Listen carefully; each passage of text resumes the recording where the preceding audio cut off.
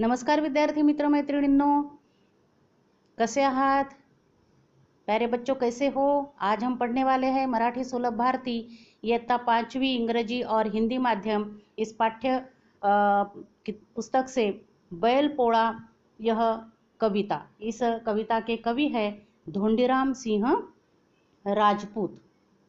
तो प्यारे बच्चों, हमारा देश जो है कृषि प्रधान देश है और ज़्यादातर लोग किसान लोग जो है खेती करते हैं और खेती करते समय बैल जो है उनको बहुत, चाहे कोई भी ऋतु हो, चाहे गर्मी हो, सर्दी हो, बारिश के दिन हो, उनके साथ में उनका जो दोस्त रहता है, बैल जो रहते हैं, वह हमेशा इस किसान को मदद करते हैं और इसलिए उसके उसके जो उसके लिए जो कृतज्ञता व्यक्त करनी चाहिए, इसलिए सावन महिने में शेतकऱ्याच्या मित्राची कृतज्ञता, शेतकऱ्याचा मित्र मतलब किसान का मित्र बैल, व्यक्त करणारा श्रावण महिन्यातील शेवटचा सण म्हणजे बैलपोळा। या सणाची थोडक्यात माहिती या कवितेतून कवींनी सांगितलेली आहे। मतलब सावन महीने में जो लास्ट का त्यौहार आता है बैलपोळा, बैलों का त्यौहार, इस त्यौहार के बारे में थोड़ी सी जानकारी इस कविता में से कवि ने दी हुई है। अपने देश में बहुत सारे त्यौहार मनाए जाते हैं, जैसे कि दीपों की जो माला होती है या दीपों का जो त्यौहार होता है वो होता है दिवाली, और गणेश जी का जो त्यौहार होता है गणेशोत्सव, राखियों का त्यौहार होता है रक्षाबंधन, उसी तरीके से गुड़ी पाड़वा होता है, दशहरा होता है, ईद होता है। तरह तरह के हमारे देश में जो है हिंदू, मुस्लिम, सिख, ईसाई यह रहते हैं और यह अपने त्यौहार मनाते हैं। उसी तरीके से जो है यह बैलों का त्यौहार हमारे भारत देश में मनाया जाता है। अलग अलग इलाके में अलग अलग नाम से, जैसे कि ये हम बैलपोड़ा कहते हैं महाराष्ट्र में, तो साउथ में इसको बेंदूर नाम से पुकारा जाता है। तो देखते हैं बैलपोड़ा कवि धोंडीराम सिंह लिखित जो है ये कविता। पहले तो हम इसको गाते हैं।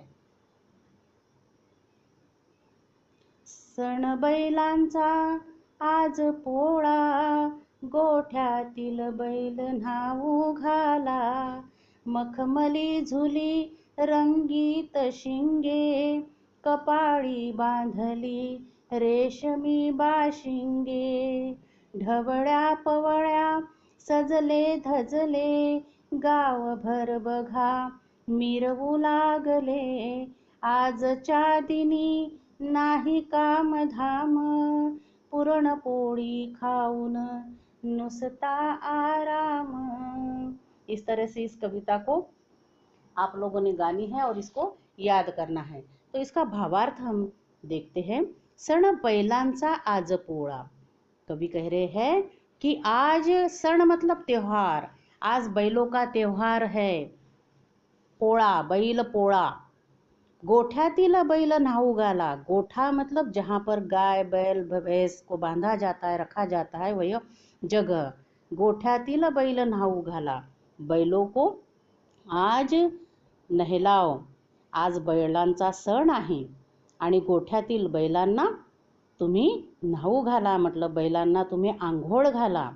बैलों का त्यौहार है और गोठे में से बैल को निकालो और उनको स्नान कराओ। मखमली झुली रंगीत शिंगे, कपाळी बांधली रेशमी बाशिंगे, आणि त्यांच्या अंगावर मखमली मुलायम अशा झुली घाला, त्यांच्या शिंगांना रंग द्या आणि त्यांच्या कपाळाला रेशमी बाशिंगे बांधा। बाशिंगे म्हणजे एक प्रकारचं, जसे नवरदेवाला आपण बाशिंग बांधत असतो है ना, तशाच रीतीने हे जे बैलांसाठी बाशिंग बांधले जातात, हे वेगवेगळ्या प्रकारचे बाशिंग जे चित्रामध्ये बघा दाखवलेले आहेत तसे बाशिंग तुम्ही बांधा। मतलब मखमली चद्दर जो है, सुंदर रेखी ऐसे चद्दर उसके ऊपर डालो, उनके सींगों को रंग दो, उनके जो माथा है वहाँ पर जो है सजाओ, मालाओं से सजाओ। ढवळ्या पवळ्या सजले धजले, गाव भर बघा मिरू लागले, बैलों का नाम है ढवळ्या पवळ्या। है ना, दो बैल होते हैं ना, एक का नाम ढवळ्या, दूसरे का नाम पवळ्या. सजले धजले मतलब दोनों को भी सजाया धजाया. गावभर बघा मिरवू लागले. ढवळ्याला आणि पवळ्याला सजवले आणि गावभर त्यांची मिरवणूक काढली. मतलब ढवळ्या और पवळ्या नाम की जो बैल है उनको सजाकर पूरे गांव भर में उनको घुमाया. आजच्या दिनी नाही काम धाम, पुरणपोळी खाऊन नुसता आराम. और आणि आजच्या दिवशी या बैलांना कोणत्याच प्रकारचं काम धाम नसते. फक्त ज्यांनी बोलवलं असेल आपल्या घरी पुरणपोळी खायला त्यांच्या घरी जाऊन पुरणपोळी खायची आणि आराम करायचा. आज के दिन इन ढवड़िया और पौड़िया नाम के जो बैल है या जो भी किसानों के बैल है इनसे आज के दिन बैल पोड़ा के दिन उनके त्योहार के दिन कोई भी काम उनसे नहीं किया जाता. और घर घर जाकर यह पुरनपोली खाते हैं और उस दिन आराम करते हैं. पुरनपोली मतलब मीठी रोटी, जो चने की दाल होती है उसमें गुड़ डालकर इलायची डालकर उसको पकाते हैं, पीसते हैं और जिस तरह से आलू के पराठे बनाते हैं उसी तरीके से लोई में भर के रोटी बनाते हैं और फिर उसको सेकते हैं, घी लगाते हैं, खीर बनाते हैं और भी तरह तरह के व्यंजन बनाते हैं और बैलों को खिलाते हैं, घर के लोग खाते हैं. तो इस तरीके से ये बैल पोड़ा, बैलों का त्यौहार जो है, किसान बैलों की कृतज्ञता व्यक्त करने के लिए यह त्यौहार मनाता है. तो इस तरीके से यह जो है कविता आप लोगों के ध्यान में आई होगी. और इस कविता में कुछ कठिन शब्द है, उनका अर्थ मैं आपको बताती हूँ. जो है न्हाऊ घालने मतलब स्नान करना, है ना. और बाशिंगे मतलब जो बेगड़ होता है ना उससे आभूषण बनाना. सजले धजले मतलब श्रृंगार करना. और नुस्ता मतलब फक्त, सिर्फ. तो इस तरीके से यह गोठा मैंने आपको पहले ही बताया कि जहाँ पर गाय बैल भैंस बांधी जाती उस जगह को गोठा बोलते हैं. तो आप लोगों के ये कठिन शब्दों के अर्थ और इस कविता का भावार्थ आप लोगों के ध्यान में आया होगा. और इस कविता से हमें सीख मिलती है कि हमने भी कृतज्ञ रहना चाहिए, है ना. कृतघ्न नहीं होना चाहिए, मतलब उपकार का बदला चुकाना.